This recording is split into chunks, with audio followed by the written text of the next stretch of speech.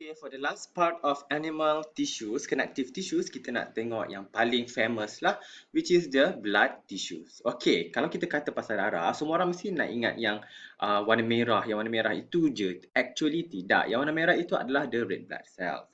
Cuma awak kena faham dalam darah ada banyak lain jenis cells. Okay, yang kita panggil blood cells ataupun blood cell lineages. Lineage ni maksudnya keturunan lah. Okay, first yang paling famous of course lah, tak lain tak bukan yang memang warna merah, which is the red blood cell. Okay, cuma anak-anakku, bila kita dah belajar di matrix, kita janganlah biasakan red blood cells. Okay, we have to use erythrocytes. Okay, itu yang biasalah nama glamour dia, nama saintifik dia adalah erythrocytes. Okay, sites ni as I said, sites itu menunjukkan apa? Dia menunjukkan sel. Okay. Yang kedua kita ada, of course lah, function untuk red blood cells ni adalah untuk for oxygen and carbon dioxide exchange. Ada orang dia ada low content of red blood cell.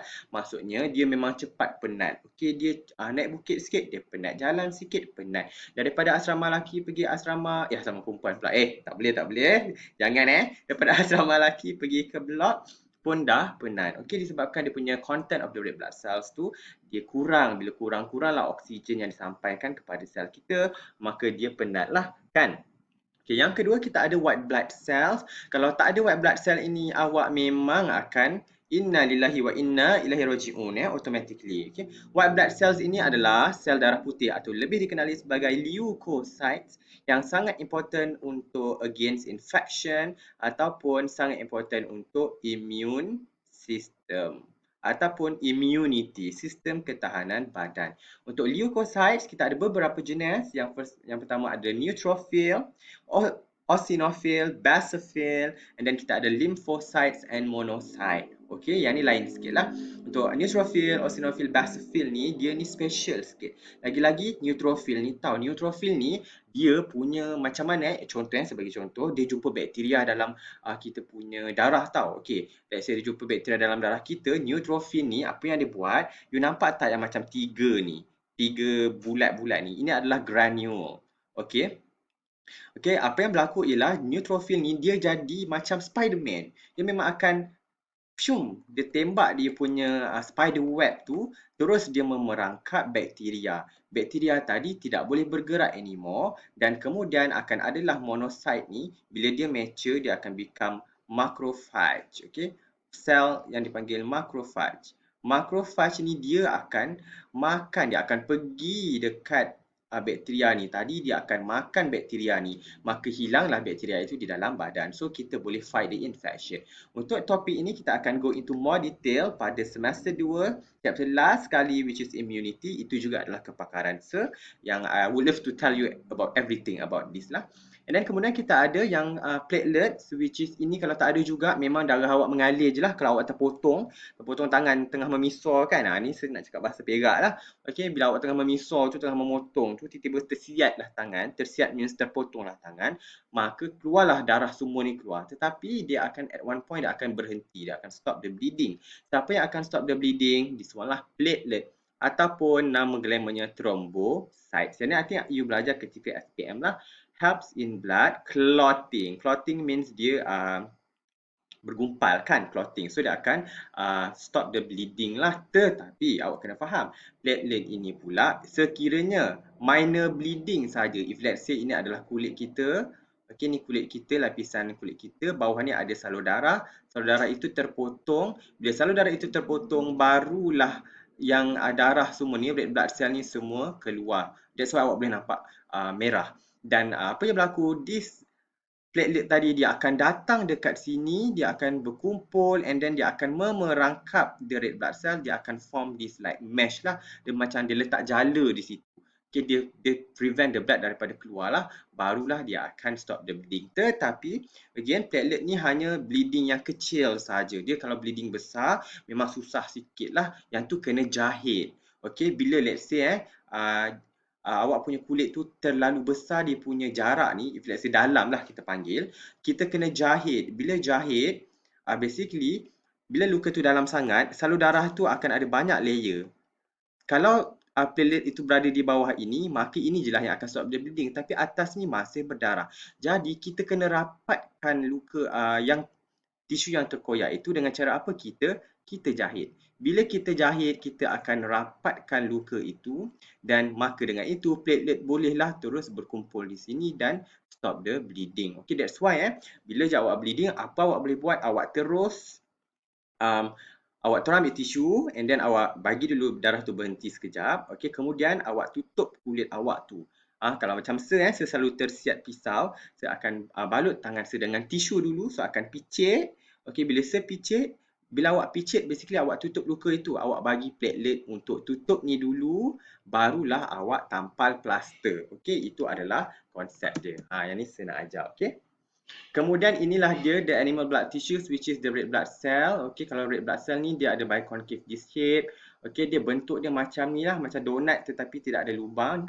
Kenapa dia tengah ni berlubang? Kenapa? Because sepatutnya tengah ini ada nukleus, tetapi nukleus tu tak ada. Bila nukleus tu tak ada, that's why bentuk dia berkawah macam ni. Dan bila dia bentuk macam ni, dia jadi elastik lah. So dia boleh senanglah dia nak squeeze through blood vessel yang kecil-kecil ini. Okey. Itu adalah dia punya karakteristik. Dia juga tidak ada nukleus. U tu yang paling penting. Dan tidak ada mitokondria. So dia memang bergerak sendirilah. Okay, this one you boleh baca. Jadi I think I don't have to go through because ini basic kan. And then biconcave disc dia bukan concave kita panggil biconcave sebab dia dua concave, satu dekat sini, satu dekat bawah. So biconcave. Okay. Kemudian saya nak cakap bila tidak ada nukleus dan tidak ada mitokondria, tidak ada organel, maksudnya sekarang dia boleh letak perkara lain dekat diri dia. In this case dia boleh letak banyak-banyak hemoglobin. Hemoglobin adalah protein yang akan boleh bind dengan oksigen. Jadi bila dia boleh bind dengan oksigen, jadi dia boleh bawa banyak oksigen. So dia boleh pass kepada badan kita lah, pada the cell of the body. Okay, ini adalah explanation dia. Kemudian kita ada red blood cell kita ada leukocyte yang saya dah cakap tadi, ada white blood cells yang sangat-sangat important untuk protection. Ada yang ada granule, ada yang tidak ada granule. Granule ni dia ada content, dia ada isi dalam. Isi dalam yang berbahaya kepada bakteria yang masuk, let's say lah infection dan sebagainya. That's why macam neutrophil tadi saya dah cerita, dia ada granule ni. Granule ni tadi dia 3 neutrophil ada 3 granule. Dia tembak dia punya spider web. Dia bukanlah spider web tapi sejenis web lah yang akan merangkap dia. Let's say ni adalah bakteria. So bakteria tadi dia akan terperangkap dan kemudian dia akan dikeliarkan lah. Ada yang tidak ada granule. Bila kata A granula, A tu maksudnya tiada. Nanti kita akan jumpa banyak perkataan macam ni.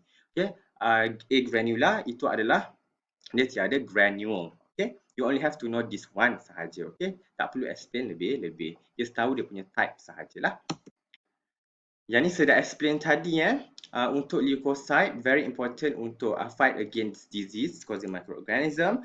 Just you tahu saja bahawa kita ada neutrophils, kita ada neutrophils tu mean dia adalah yang tadi yang saya dah cerita dan some of it adalah phagocyte. Bila kata phagocyte dia adalah sel yang makan. Phago means makan. Cytes ni dia sel lah. Sel yang boleh makan. Sel yang boleh makan ni adalah, contohnya adalah monocytes ni. Monocyte ni kalau dia jumpa, okay, if let's say dia jumpa the bacteria, macam ni adalah bacteria, phagocyte, monocyte ni dia terus jumpa je, dia terus keluarkan dia punya jejari, dia terus makan, dia terus ngap. After that, dia akan tutup the bacteria dalam diri dia. Now, dalam diri dia akan ada bakteria yang tadi. Ini adalah bakteria, let's say. Kemudian datanglah lysosom. Lysosom akan fuse dengan the bacteria and bakteria tadi akan matilah. Yang ni kita akan go into more detail dekat chapter 11 next time. So, you don't have to know lah that much. Okay, ini adalah yang telah saya explain tadi. Ini gambar dia yang betul. Yang ni memang kita ambil, kita warnakan, kita stain and then we can see it under microscope lah. Cuma susah sikit nak dapat. Kalau kita buat lab test nanti, kita memang nampak red blood cell sahaja. Platelet pula saya dah cerita dengan lebih jelas tadi, dia penting untuk blood clotting. Okay, dan very important that dia hanya kalau minor injury saja. Kalau major injury kita kena jahit dulu barulah settle. Okay, itu sahaja untuk Itu saja untuk topik ini dan kita akan teruskan pada minggu hadapan dengan plant tissue lah. Okay, this one. Cuma yang ni sebelum plant tissue nanti saya nak explain sikit pasal stem cells. Okay, yang ni next time lah sebab kita dah banyak sangat kan information. Okay, thank you.